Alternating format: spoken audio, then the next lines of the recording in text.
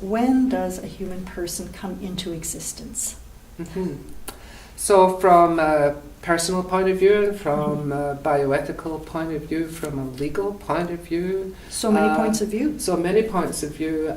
It's a lot of the questions are not so much about when this human being, as I will call it, comes into existence, but at what point does this entity become a human being, or from a legal point of view, a person, because there's a difference between a human being and a person, and I have to say that right at the very beginning. Okay. So to explain that then is there's hardly anybody anymore who will say that this is not a human being that comes into existence at conception. Okay. The argument is it may be a human being, but it's not a person. Okay. And the reason for that is the reason for that distinction, which I don't accept, by the way, but the reason for that distinction is mainly to do with law.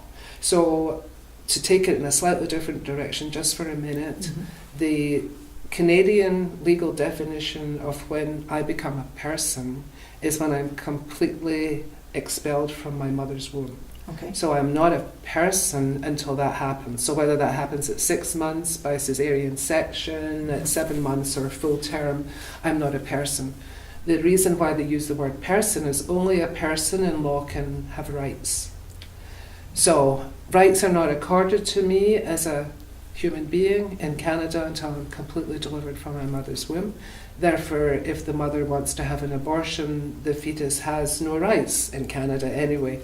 And so we begin to see there's a difference between being a person and being a human being. So the Catholic Church takes a completely different view to this. So the Church says it's so clear that this is a human being, and then it is to be treated.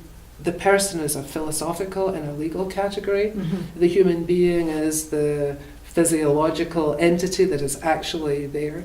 So the Church says you are to be treated as a person from the time of conception. So it pulls all the points together, since this human life is so important from the time of conception that it has inherent dignity as an independent person and human being / person, and has to be protected then from conception all the way through. So the fetus, the conceptus, the zygote, whatever term Stage, you wish to use, the earliest human life is to be treated as a person from conception. What does that mean exactly?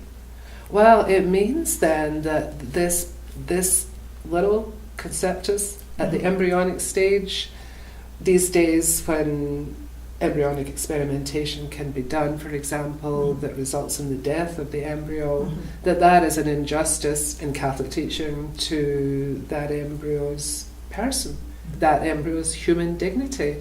And the other thing about being a human being or a human person is that whole question of we are the only people that are never to be treated as ends, towards somebody else's gain, but we are all ends in ourselves. It's even Kantian philosophy would say that we are human beings are ends in themselves. And I think what is meant by that is what Catholic Church means by inherent dignity, therefore deserving of protection from any kind of harm, deliberate harm inflicted on them, from at any stage throughout existence. And that's why we say all the time, from conception until natural death, we're covering the whole spectrum. I think we have a very strange approach to who the human being is. We're inclined to think that if it's helpful for me, or if there is some benefit that the rest of us can gain from, say, experimenting on these extra embryos, as if a person can be extra. Even the language that we use is very revealing.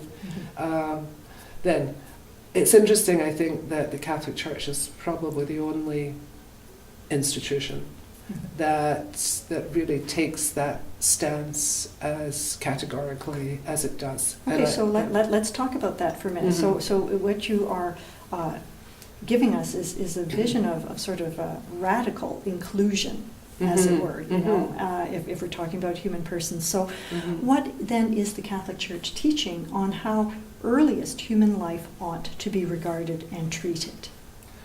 Well, Donum Vitae, the gift of life, that document that came out from the Congregation for the Doctrine of the Faith in the 80s, was very clear about that, because when we're talking about human life, it is to be protected from conception until natural death, with no ands, ifs, or buts. If my stance is protection of life from conception till natural death, then anything that is done to anybody at any stage that isn't for that person's benefit is wrong in itself. The Catholic Church is always, and I think on its own, I really do think on its own, I hope I'm not doing any other group an injustice by suggesting that, but it's just so unrelenting or so definite about life has to be protected from conception until natural death, because it has inherent worth. It doesn't come from society, it doesn't come from our politics, it doesn't come from our legal system.